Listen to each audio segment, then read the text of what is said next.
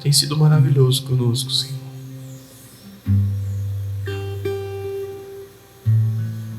A obra, Senhor, que tu tem realizado em alguns irmãos,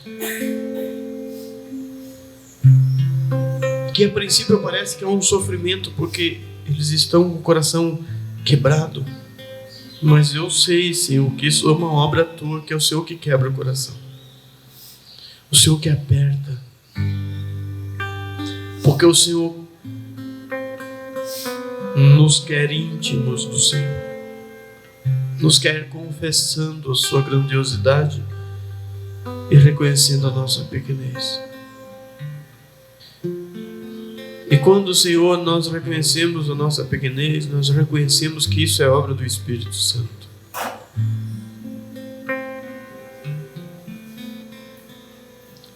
Porque toda a prepotência e a autossuficiência revelam um coração orgulhoso.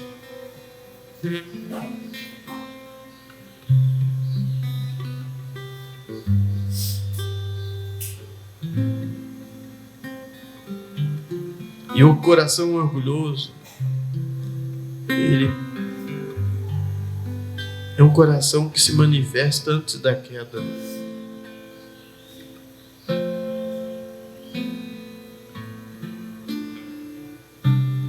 É como é possível, e parece que a gente escuta o Espírito dizendo: deixe eu te ajudar. Me deixe eu te ajudar.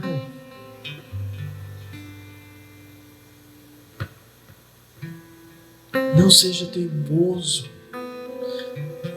Não queira fazer do teu jeito. Me deixe eu te ajudar. Eu vou colocar pessoas ao teu lado para te ajudar, para te direcionar, para tomar as atitudes certas que te levarão à vitória. Me deixa eu te ajudar.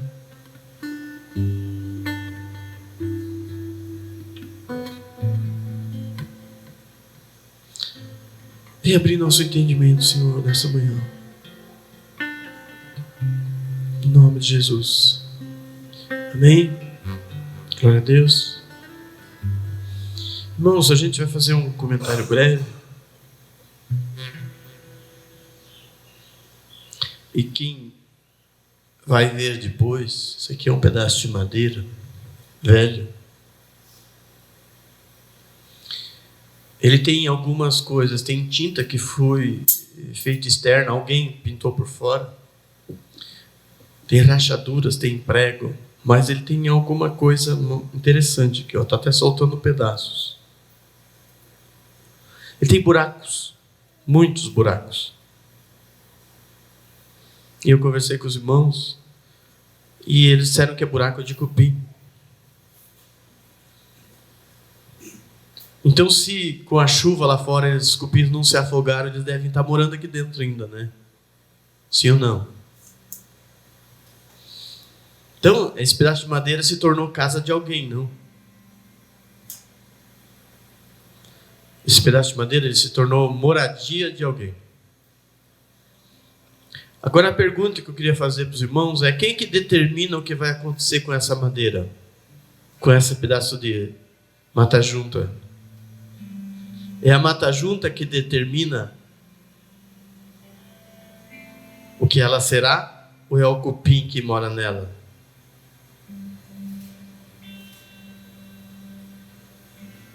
Quem que define o fim dessa mata-junta? Ela mesma? Porque ela se tornou uma casa aqui, não é? De alguém. Então quem que determina o fim dessa mata-junta? Ou a função dessa mata-junta? O morador, que é o cupim. Entendendo? E qual o sinal que a gente descobriu que tem cupim aqui? Tem um sinal. Os buracos. Então, ficou claro aqui que tem um sinal aqui. Tem buracos. E esses buracos que estão aqui do lado de fora da madeira mostram que tem um morador aqui.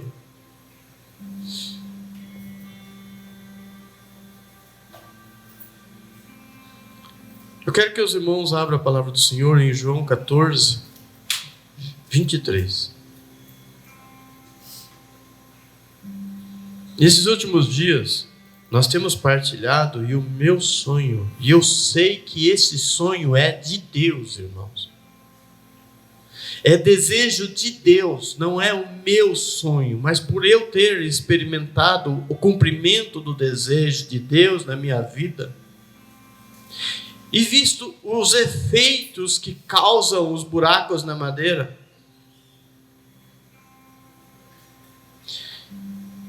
e lendo a palavra de Deus e vendo o que aconteceu com todas as pessoas, os quais acreditaram nessa promessa, e vendo o efeito que causou nessas vidas e ao longo da história, os grandes avivamentos, o grande mover, eu creio com toda a certeza que o sonho de Deus, o desejo de Deus, a vontade de Deus é que todas as pessoas que creem, que na vida dela se cumpra essa palavra. O que diz lá em João 14, 23? Jesus respondeu: a pessoa que me ama obedecerá a minha mensagem. E o meu Pai a amará, e meu Pai e eu iremos ter comum. A pessoa que me ama obedecerá a minha mensagem, ouvirá a minha palavra, colocará minha palavra no seu coração. E ele disse: eu e o meu Pai viremos a ele e faremos morada. Enquanto a gente vai prosseguindo, a gente falou no primeiro texto, no primeiro estudo, sobre a manifestação de Deus. Ele prometeu que vai se manifestar aquele que guarda a sua palavra.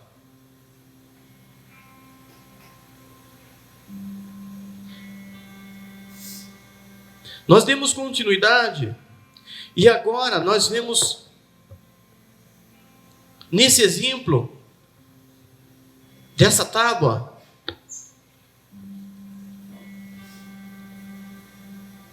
que o morador decide o que fazer. Não. Mas nós vamos hoje falar um pouco dos efeitos que o morador, Deus, quer fazer na vida daquele que crê. 1 Samuel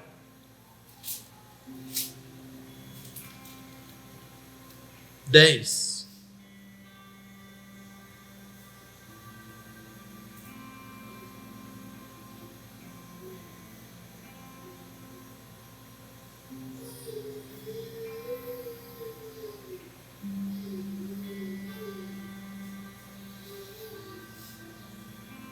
Um 6. Diz assim: Samuel tinha levado consigo um frasco de azeite. Ele derramou o azeite na cabeça de Saul, beijou-o e disse: o Senhor está ungindo você como chefe do seu povo, o povo de Israel. Você o governará e o livrará de todos os seus inimigos.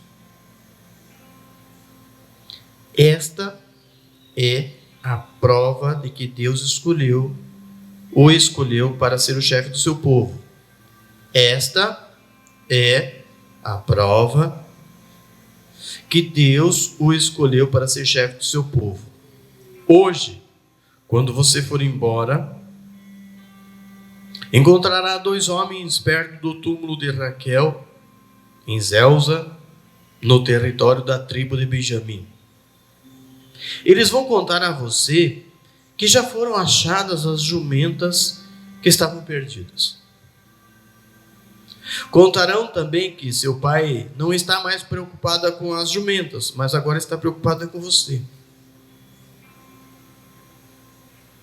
E que ele está dizendo: o que posso fazer para encontrar meu filho? Você deve seguir até chegar à árvore sagrada que fica em Tabor. E ali você vai encontrar 3 homens que estarão indo a Betel para lá oferecerem sacrifícios a Deus. Um deles estará carregando 3 cabritos, o outro 3 pães, e o terceiro um odre de vinho.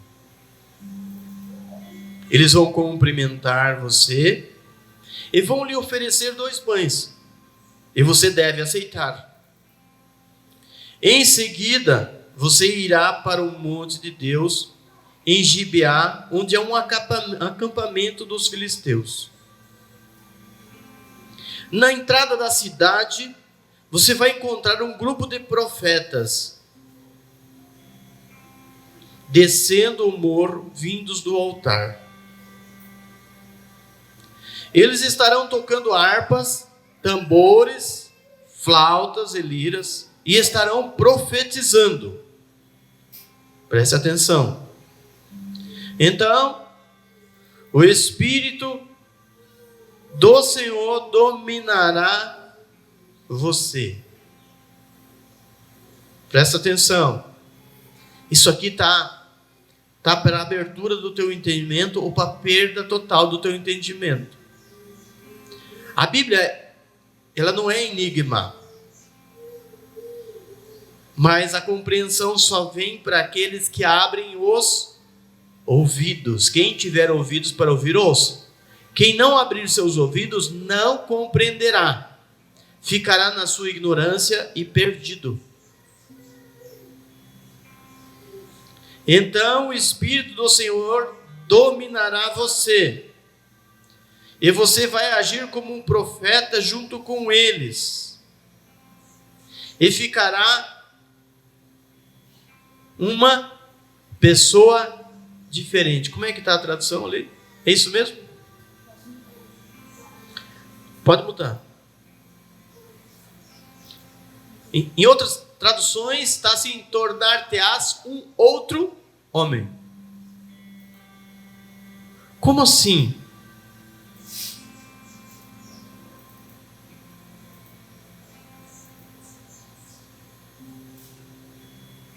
Está assim?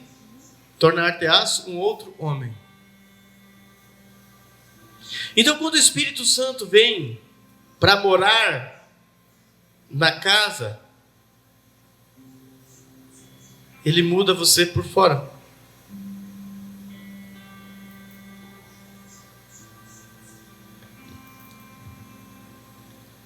Isso acontece e confirma o que Jesus falou com Nicodemos, que ele disse: quem não nascer de novo da água e do Espírito não pode ver o reino de Deus.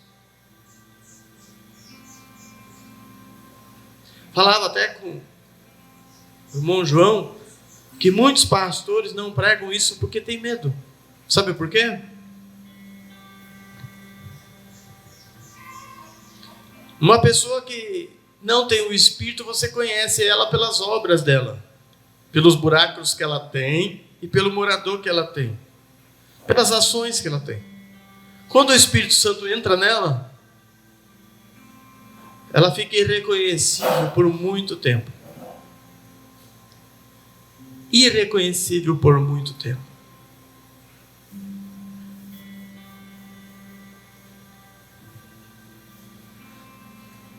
Eu fui diagnosticado como uma pessoa que tinha problema. O que problema o cara tem que se ele só chora?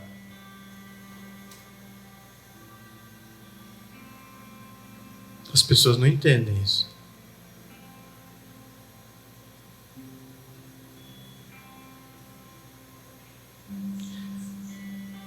Você se transforma numa outra pessoa. Vocês vejam um Paulo que perseguia cristãos e se torna cristãos e morre pelos cristãos. Você vê um Pedro que fugia de medo e depois morre por Cristo. E como a Bíblia diz, existe uma nuvem de testemunhas que depois que o Espírito Santo desce sobre a pessoa, ela fica totalmente diferente. A Bíblia diz, se você quiser ser igual ao mundo, o amor de Deus não está em você. A maioria de nós quer ser igual ao mundo. Quer, se vestir bem por causa do mundo.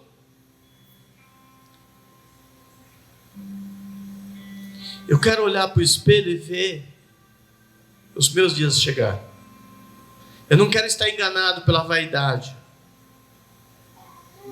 Eu quero ver e olhar e entender, porque eu posso me enganar e achar que eu não tenho uma determinada idade.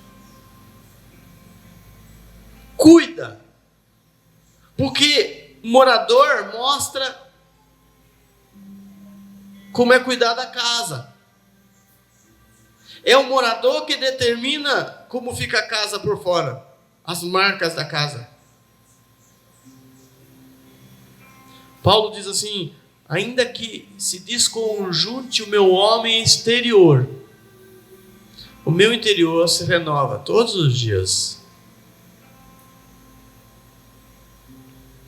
Em Isaías diz assim, que até um adolescente pode se cansar, mas os que confiam no Senhor renovam suas forças.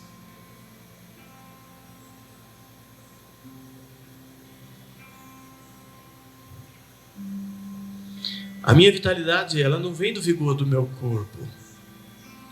O vigor do meu corpo vem do Espírito que habita em mim. O Espírito que habita em mim, ele tem poder de produzir a química necessária para rejuvenescer a minha vitalidade. E a prova que uma promessa de Deus é verdadeira é quando você olha para Abraão, pai na fé, um homem velho. Deus faz uma promessa com 75 anos e ele consegue gerar filhos com 100 anos. Mas aquele que não tem Deus tem que ir no médico fazer tratamento para gerar filho.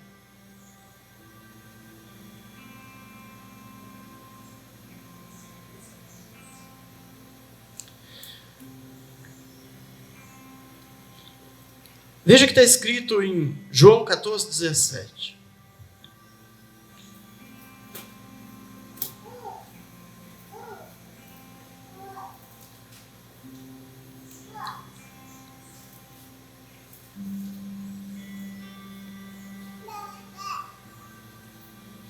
O Espírito Santo, ele não pode ser recebido pelo mundo geral. Ah, todo mundo tem o Espírito Santo. Não, isso é uma mentira. O mundo não pode receber esse Espírito porque não pode ver nem conhecer.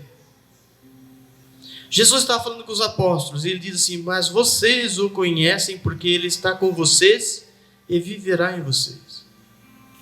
Em outras traduções está assim: ele está em vocês e virá para vós.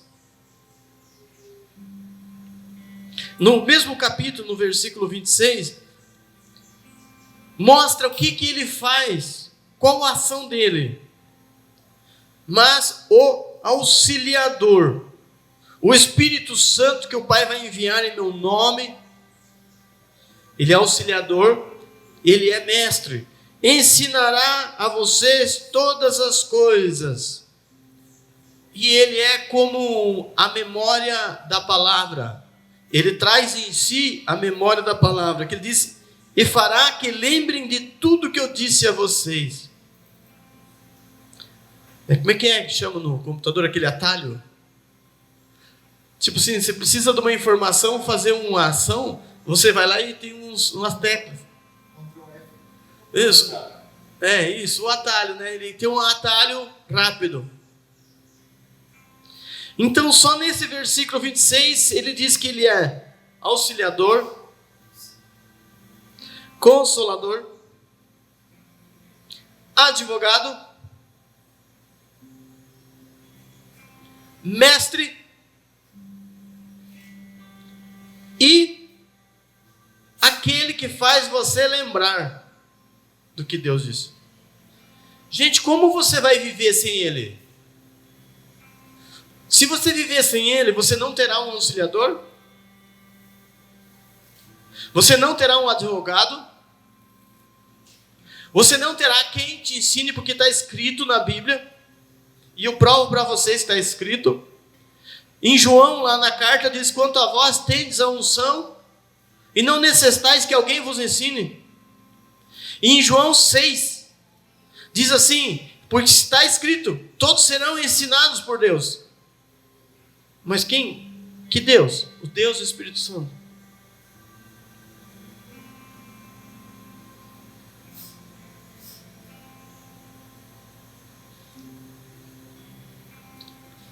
Em João 16,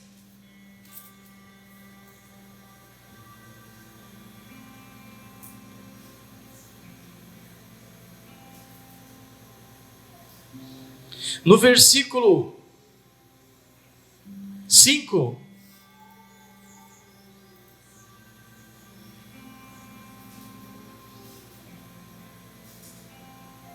aliás, no versículo 8, diz assim, ó: quando o auxiliador vier, quando esse Espírito vier, ele vai convencer, ele vai mudar, ele vai dar entendimento, ele vai fazer a gente reconhecer o que é.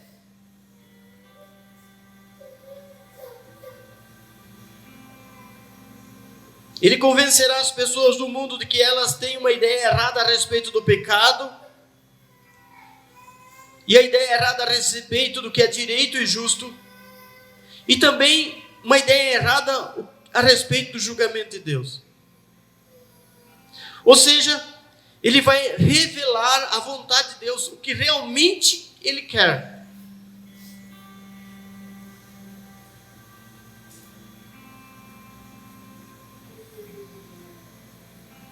Nós continuamos ali, diz, no 9, as pessoas do mundo estão erradas a respeito do pecado porque não creem em mim.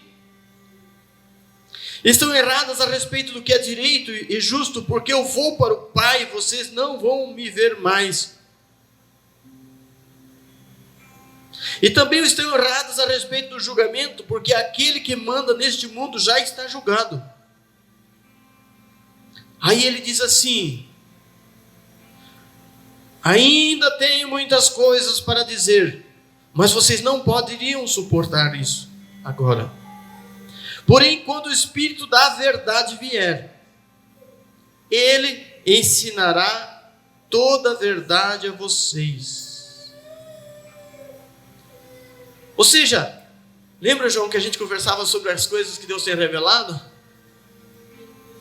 E a gente não vai pregar essas coisas porque alguns conhecimentos e alguns mistérios de Deus não salvam a gente saber ou não saber. O que salva a gente saber? Que Jesus Cristo foi entregue por nós e hoje na ceia nós vamos celebrar em memória. Ele morreu por nossos pecados e por ele nós temos a vida eterna, se nós crermos e obedecermos. Isso nos salva. Saber dos mistérios de Deus não salva. Como que funciona um átomo, como que o feijão foi descoberto, essas coisas não salvam a gente, por mais que seja uma revelação extraordinária.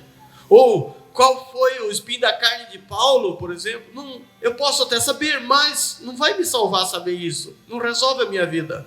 O que resolve a minha e a sua vida, nós já sabemos o que é.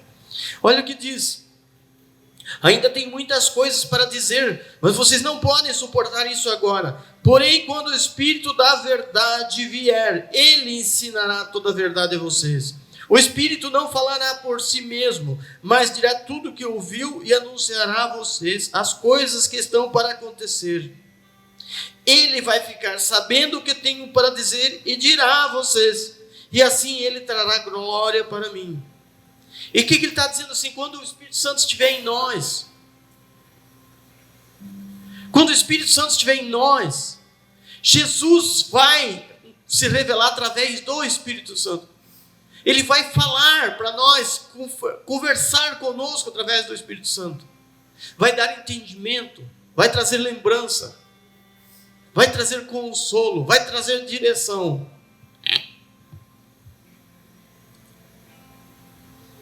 Irmãos, uma coisa é real, e nós sabemos que uma coisa é ser salvo, ter recebido a Jesus Cristo, ter se batizado, mas outra coisa é permanecer em pé. Porque você tem um inimigo sempre do teu lado. Aliás, às vezes a gente pensa que é o demônio, mas não é o demônio o inimigo, o nosso inimigo, é a nossa própria carne.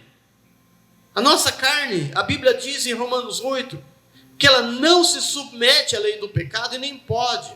Muitas pessoas acham que o pecado da carne é a imoralidade sexual, é pecado. Muitas pessoas acham que é o orgulho, é pecado. Mas não é só isso. Quando a gente vê Gálatas 5, 22 para frente, tem uma lista lá de pecados que nos tiram do reino do Senhor. A vaidade é um pecado tão igual quanto os outros pecados.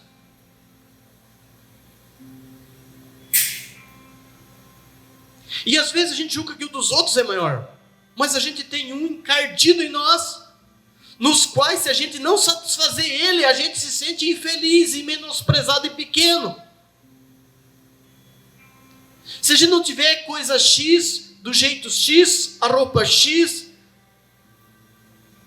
é a mesma coisa.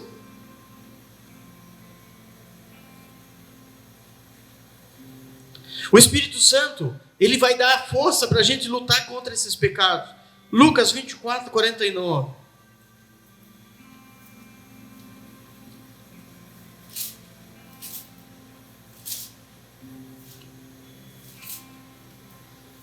Jesus havia ressuscitado. E Jesus dá as suas últimas instruções. Mas nós podemos começar pelo versículo 45, que ali diz assim, ó: então, Jesus abriu a mente deles. Ó, revelação. Então, até aquele momento, eles estavam com a mente fechada. Sim ou não? Se ele teve que abrir, então estavam fechados. Então, Jesus abriu a mente deles para que eles entendessem as Escrituras. Depois ele continua. Do que eles deviam fazer, e no 49, ele diz: e eu lhes mandarei o que o meu Pai prometeu. Mas esperem aqui em Jerusalém, até que... O quê? O quê, gente? Entenda isso, gente. O quê? O poder de cima venha sobre vós. Sem o poder de cima, sem o poder do alto, em outras traduções, você não vai ter força de lutar contra a sua carne, contra esse inimigo. Esquece. É inútil, você vai perder. Mas esse Espírito, esse poder só será derramado para quem se entregar no altar.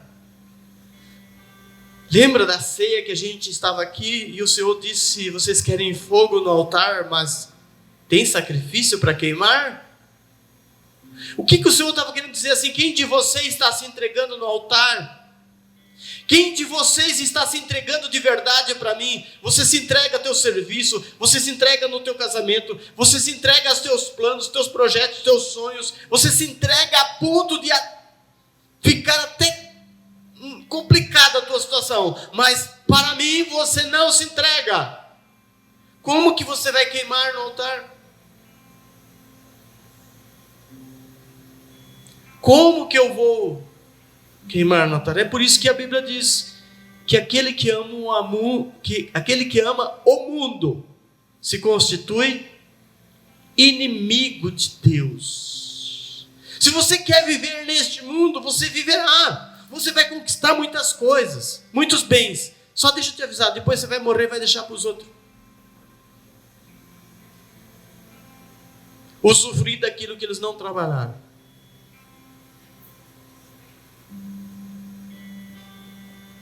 Não estou dizendo que você deve parar. Mas é uma luta injusta.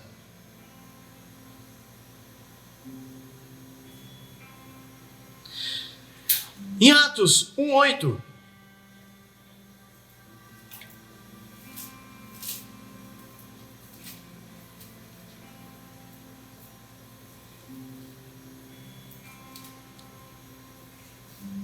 O que diz lá em Atos 1:8?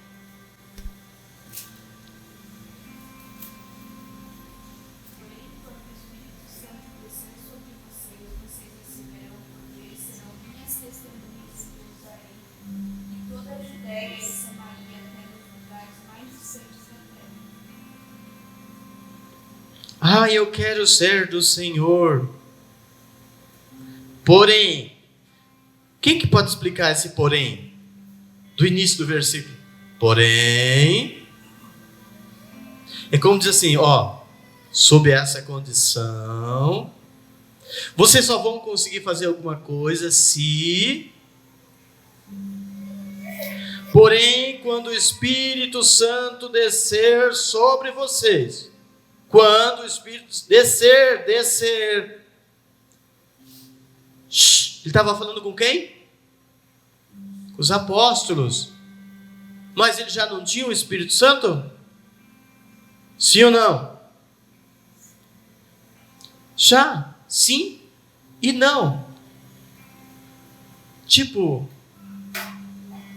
Eles estavam alimentados pela esperança do Espírito, convencidos pela presença do Espírito, pela revelação do Espírito, sentindo arder o coração, mas eles não tinham força de testemunho.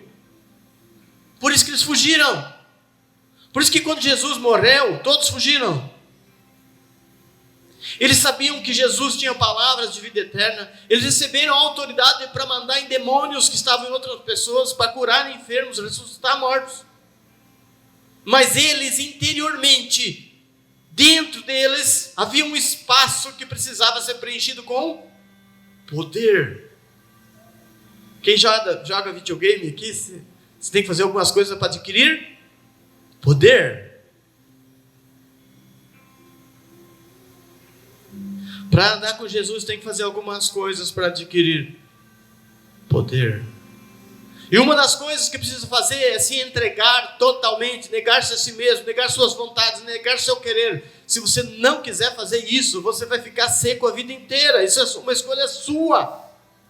Mas o Senhor tem uma promessa a realizar na sua vida, para que você possa ser testemunha com autoridade espiritual.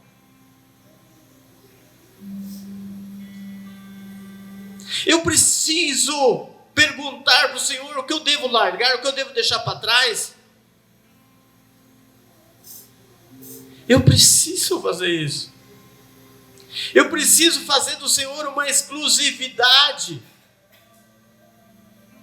Ele não pode ser segundo plano, senão Ele não é nada na minha vida. Deus não é segundo plano. Não é segundo projeto. Ele é todo um projeto, porque Deus fez de nós o seu projeto. Jesus não veio salvar as árvores, os animais. Jesus não veio salvar essa terra. Jesus veio, morreu na cruz do Calvário para nos salvar. Nós fomos postos como prioridade de Deus. Ele primeiro mostrou o que é prioridade. Quando Jesus está no Horto das Oliveiras, Ele diz: não se faça a minha vontade, mas a tua. Então, se nós temos Deus como prioridade, nós precisamos orar e dizer: Senhor, que não se faça a minha vontade, mas a tua. Deus é prioridade, ou Deus não é Deus na minha vida.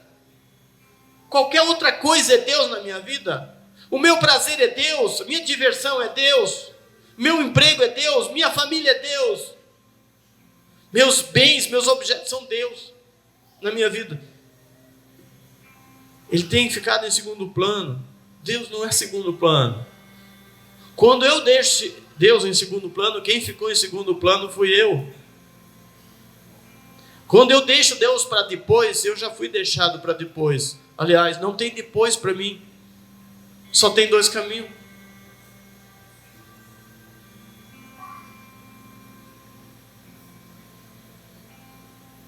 O Espírito Santo, segundo Romanos 8:26, coloca lá, Romanos 8:26.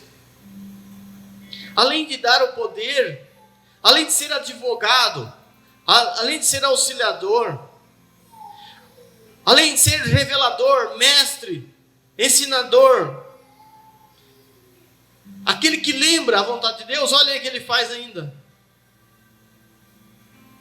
Assim também o Espírito de Deus vem nos ajudar na nossa fraqueza, pois não sabemos como devemos orar, mas o Espírito de Deus, com gemidos não podem ser explicados e palavras, pede a Deus nosso favor.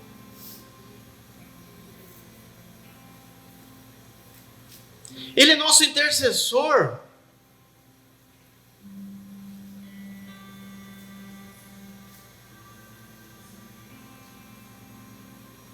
Pois não sabemos como devemos orar, mas o Espírito de Deus, com gemidos que não podem ser explicados por palavras, pede a Deus em nosso favor.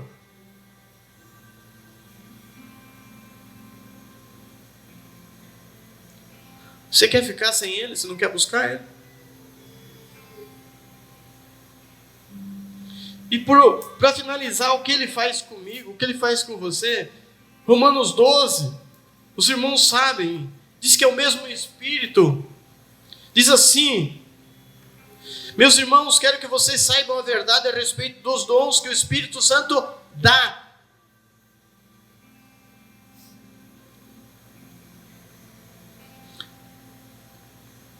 O versículo 4 diz assim: existem tipos diferentes de dons espirituais, mas é um só, o mesmo Espírito que dá esses dons. Então é Ele que vai dar os dons espirituais. Aí eu quero trabalhar na obra do Senhor, mas eu não quero me entregar no altar, eu não quero sacrificar nada, eu estou sempre pondo um empecilho para me entregar. Como que você vai receber o dom para que você possa trabalhar na obra de Deus? Existem dons que a pessoa tem naturalmente.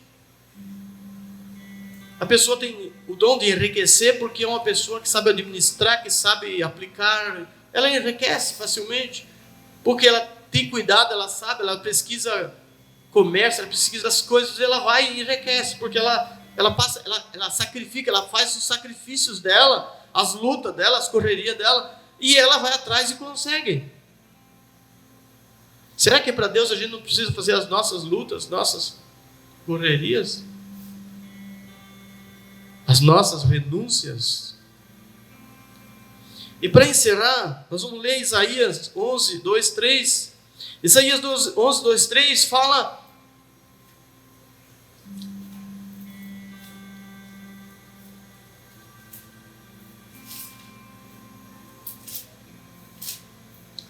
Fala sobre os dons de entendimento.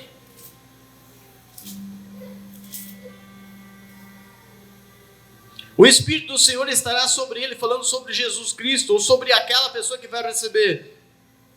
Ele lhe dará o quê? Sabedoria. O quê? Conhecimento. O quê?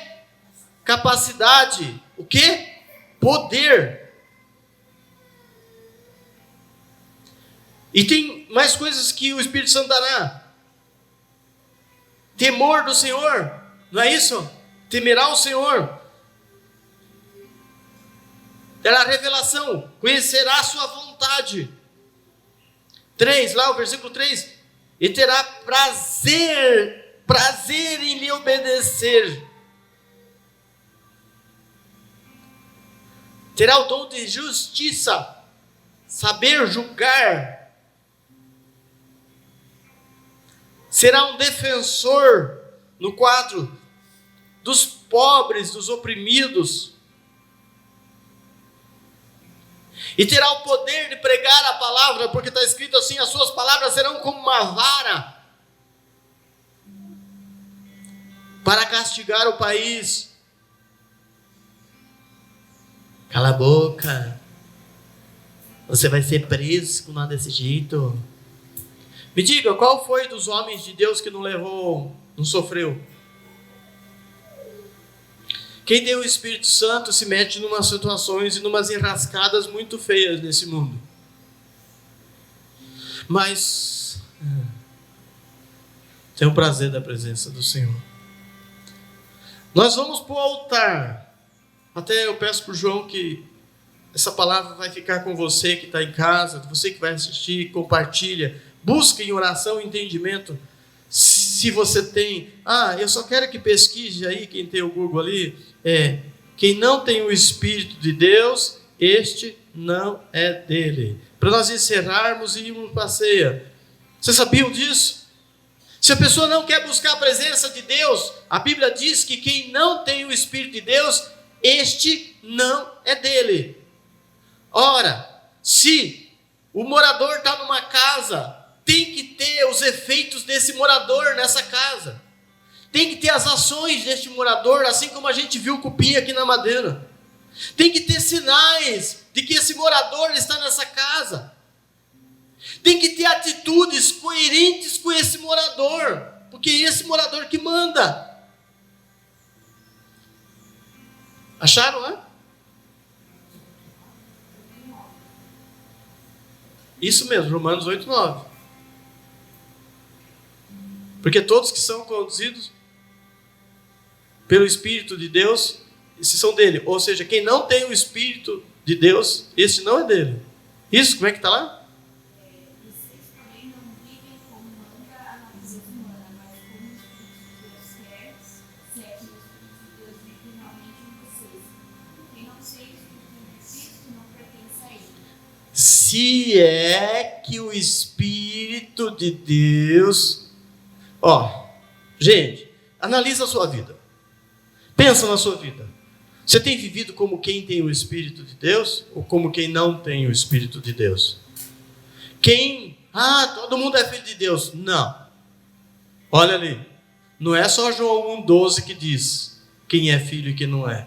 Aqui também diz quem é e quem não é. Se é que o Espírito de Deus vive, é morador realmente em vocês. Se é que ele vive, vocês não vivem como manda a carne, como manda a natureza humana. Vocês vivem como o Espírito Santo manda.